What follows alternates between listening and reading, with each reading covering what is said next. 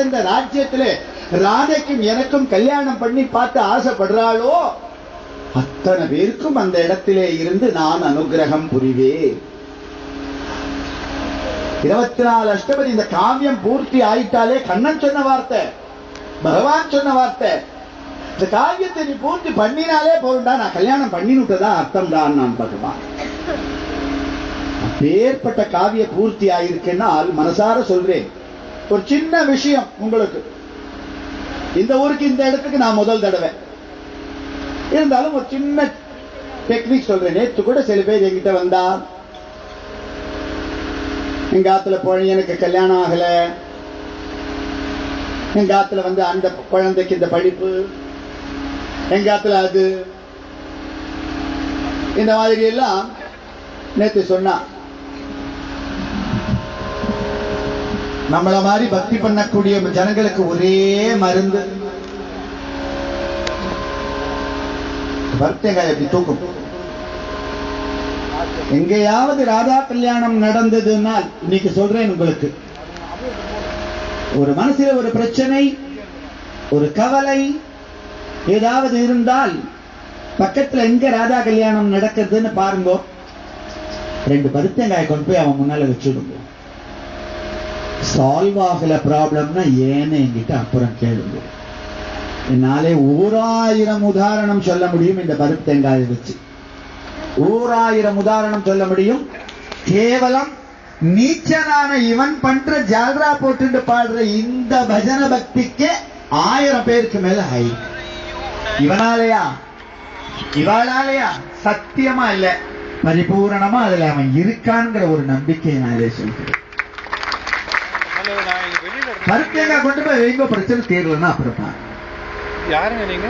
ஏற்பட்ட ராதா கல்யாணம், இந்த ராதா கல்யாணத்தை காவிய பூர்த்தி ஆயிருக்கு. எனக்கு இன்னொரு விஷயமும் நான் சொல்றேன் கொஞ்சம். இன்னைக்கு இவ்வளவு ஜனங்கள், நேற்று ராத்திரி நிறைய ஜனங்கள், ஆனா ஒரு சின்ன குறை மனசுக்கு சொல்லலாமா? அஷ்டபதி பாடுறப்ப கால நேரத்திலேயே நீங்க இந்த மாதிரி வரணும். மகானுபாவன் சாப்பாடு போடுறதுக்கு எல்லாருக்கும் தயாரா இருக்கா, மகானுபாவர்கள் பாடுறதுக்கு நாங்களும் தயாரா இருக்கோம். சும்மா உட்கார்ந்து அதற்கு புரியாது, அதையும் சொல்றேன். அஷ்டபதி புரியாது, சமஸ்கிருதத்துல இருக்கு, நமக்கு சமஸ்கிருத பாஷா ஞானம் இருக்கோ இல்லையோ புரியாது. அது பாட்டு காதுக்குள்ள போயிட்டு இருக்கட்டுமே, இல்ல ஜாலியா உட்கார்ந்து இருக்கு.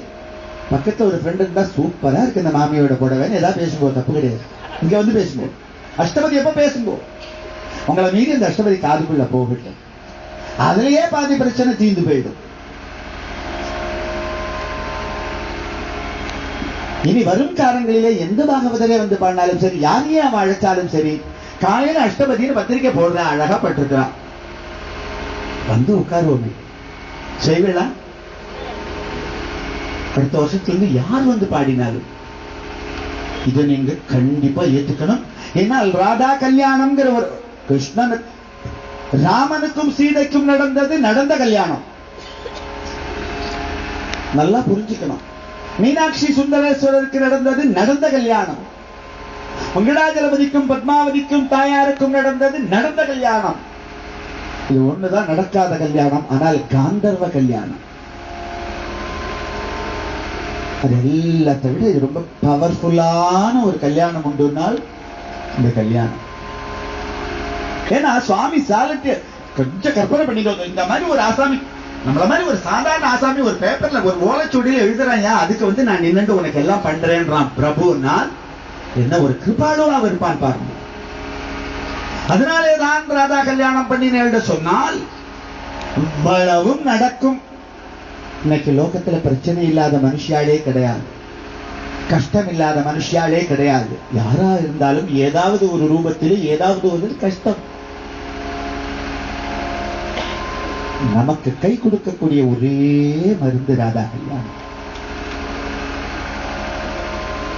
அப்படின்னு சொல்லி இந்த காவியம் பூர்த்தி ஆனதற்காக நாங்கெல்லாம் உட்கார்ந்து கொண்டிருக்க இந்த பொண்ணு கூட நினைக்கணும், நான் உட்கார்ந்து இருக்கிற சதஸ்ல 24 அஷ்டபதி காவிய பூர்த்தி பண்ணி நல்லத்தனமா நீ கல்யாணத்தை நடத்தினுட்ட, இதுக்கு மேல நாங்க பண்றதெல்லாம் லௌகீகம் அப்படிங்கிறதுக்காக வேண்டி ஜோரா சுவாமி நடத்திட்டேன்னு ஒரு கைத்தட்டல் மாத்திரம் போதும்.